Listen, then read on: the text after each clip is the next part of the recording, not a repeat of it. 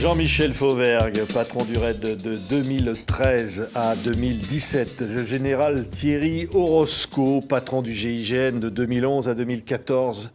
Tous les deux, merci d'être nos invités. Jean-Michel Fauvergue, on va parler de ce livre que vous publiez à deux. C'est exceptionnel d'ailleurs d'entendre deux voix, des deux unités d'intervention nationale les plus importantes en France qui unissent leurs voix. Et au fond, l'anniversaire, le 5e de l'intervention au Bataclan, où vous étiez, vous, Jean-Michel Fauvergue, évidemment aussi l'intervention, l'épicerie cachère à la porte de Vincennes. 5 ans après, vous vous dites, on a tiré les leçons de ce qui s'était passé. Sur les interventions de 2015 et ce qui s'est passé après, bien sûr qu'on en a tiré le son. On a fait ce qu'on appelle des rétextes, des retours sur expérience. On en parle beaucoup dans notre livre. Bien sûr qu'on a tiré les expressions, mais on a tiré les leçons, pardon. Mais la principale leçon à retenir de tout ça, c'est que la menace est toujours présente, même si elle a muté, si elle a changé de paradigme. On est passé d'une menace de terrorisme de réseau, ce qui nous est arrivé avec le Bataclan en 2015, à du terrorisme endogène. On a tiré les leçons de ça, mais la menace est toujours là, elle se régénère, il faut toujours être présent.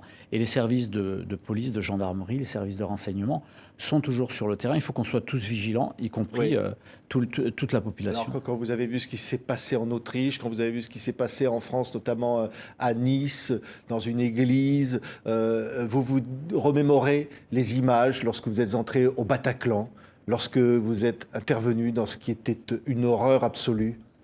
Oui, chaque nouvel attentat me rappelle tout ce qu'on a vécu à cette époque-là. Et d'ailleurs, l'ambiance de ces attentats récents me rappelait un peu l'ambiance de 2015 que moi j'avais connue, où chaque 2 mois en 2015, chaque 2 mois, il y avait soit un attentat majeur, soit un attentat déjoué qui aurait pu être majeur. Je me souviens du Thalys, je me souviens d'un certain nombre de choses.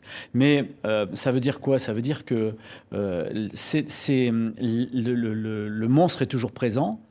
Il faut le combattre du mieux que l'on puisse faire avec les services répressifs, les services de police et de gendarmerie, mais aussi il faut le combattre en amont. Il faut combattre ceux qui tournent la tête à ceux qui passent à l'action. Il faut combattre ce que le président de la République a appelé les séparatismes. Il faut combattre les radicalisés, les islamistes, cet islam politique.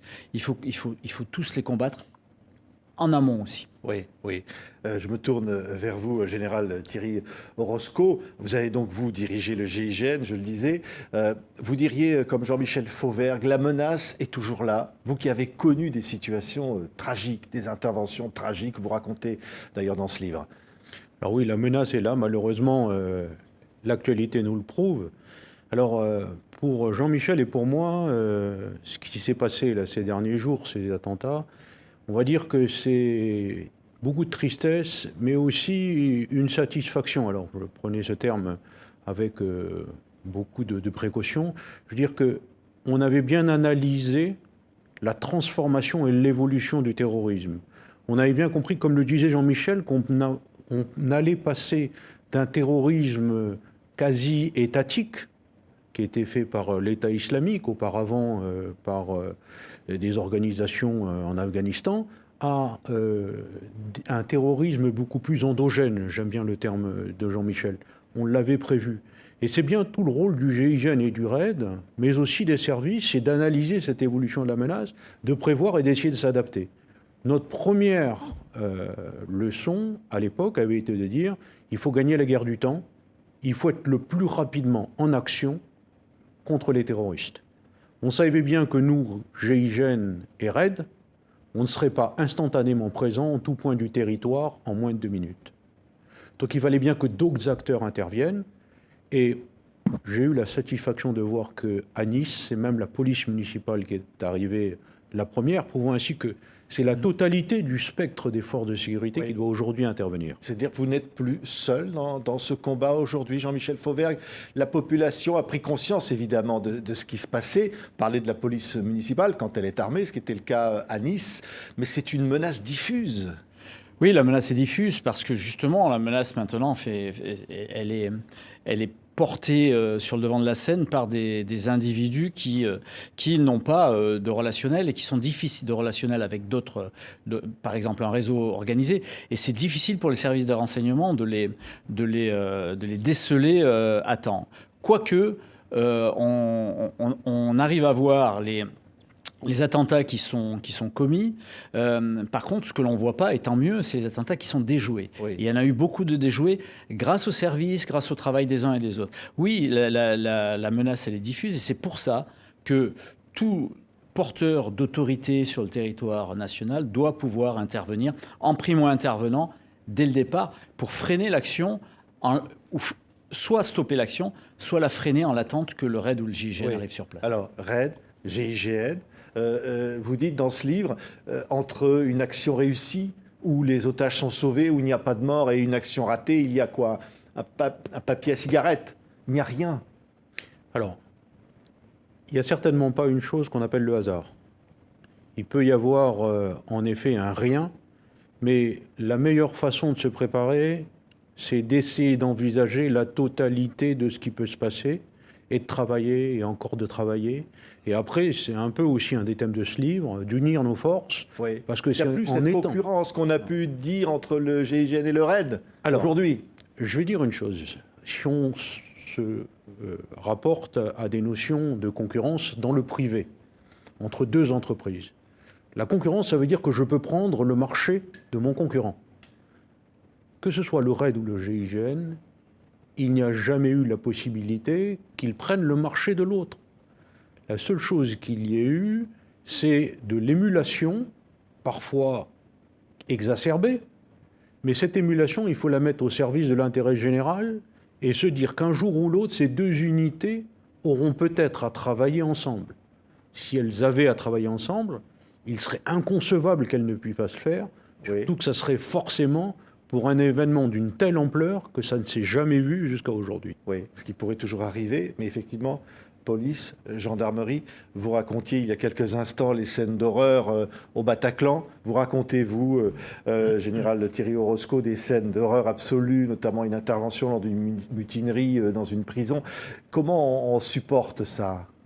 Alors, je pense d'abord, la première chose, c'est, encore une fois, c'est la formation et la préparation et le collectif. C'est dans le collectif qu'on va générer cette force individuelle. C'est-à-dire que l'un appuie l'autre, pas simplement dans l'action ensuite. Et aujourd'hui, j'en suis quelqu'un qui est intimement convaincu que le syndrome post-traumatique, dont on a beaucoup parlé après les guerres en Afghanistan, est quelque chose qui touche certainement aussi les gendarmes du GIGN, les policiers du RAID, oui, mais certainement aussi les policiers et les gendarmes qui sont confrontés à des scènes d'horreur. Donc tout ça, on a d'abord l'institution qui elle-même vient en aide aux personnes, et ensuite il ne faut pas hésiter à faire appel à des spécialistes bien préparés aussi pour comprendre la vie des gens qui sont dans l'action, pour les aider à surmonter ce qu'ils ne peuvent pas surmonter seuls, oui, ou avec leurs camarades. Mais il y a des scènes incroyables, hein, Jean-Michel Fauvergue, lorsque vous libérez les otages, l'épicerie cachère à la porte de Vincennes. Oui, ça, ce sont des contre-images par rapport aux horreurs qu'on a vues, des contre-images qui nous font aimer le travail qu'on a fait, qui nous font aimer le fait d'être intervenu et d'être chef d'unités de ce type-là. C'est de sauver des vies, tout simplement. On est là pour sauver des vies. RAID, GIGN sont là pour sauver des vies. Et j'irai même beaucoup plus loin. Le policier, le flic de base, sans que ça soit péjoratif de base, hein, le flic de patrouille, le gendarme de patrouille, quand ils sont rentrés dans la gendarmerie, et le policier municipal maintenant, quand on rentre dans ces institutions-là, c'est pour servir la sécurité de nos concitoyens. Et sauver des vies, c'est l'étape suprême. Mais ils sont bien là pour ça, pour la sécurité de nos concitoyens. C'est pour ça qu'il faut les respecter, pour ça, pour le temps qu'ils donnent à ça, pour le danger qu'ils courent, à notre service et à notre sécurité. Et il faut protéger ceux qui nous protègent. Oui, vous disiez dans ce livre, vous racontiez des moments terribles et puis des moments, on le disait, heureux, lorsque vous avez un de vos hommes qui ressort avec un enfant dans ses bras, qu'il a pu sauver. Vous dites ça, c'est la chose la plus incroyable. Hein. Là, on va dire que c'est l'aboutissement de ce à quoi on se prépare, quoi. Il y a forcément cette notion de faire le bien, comme dit Jean-Michel, qui sublime tout le reste. C'est un moteur énorme. Le deuxième moteur, c'est la fierté d'appartenir à une unité dont chacun voit que c'est une unité d'élite. Donc on a la fierté de servir dans une unité qui fait du bien. Est-ce qu'il y a un plus beau moteur dans la vie pour une belle aventure? Personnellement, je ne le crois pas. J'ai vécu cette aventure et j'en suis très heureux. Oui. Merci à tous les deux, Thierry Oroscoe, Jean-Michel Fauvergue. Ça s'appelle GIGN Raid, deux patrons face aux nouvelles menaces. Je voudrais quand même conclure là-dessus. Nouvelles menaces et nouveaux moyens pour se défendre. Les moyens sont de mieux en mieux, sont toujours améliorés et effectivement, nouveaux moyens pour se défendre.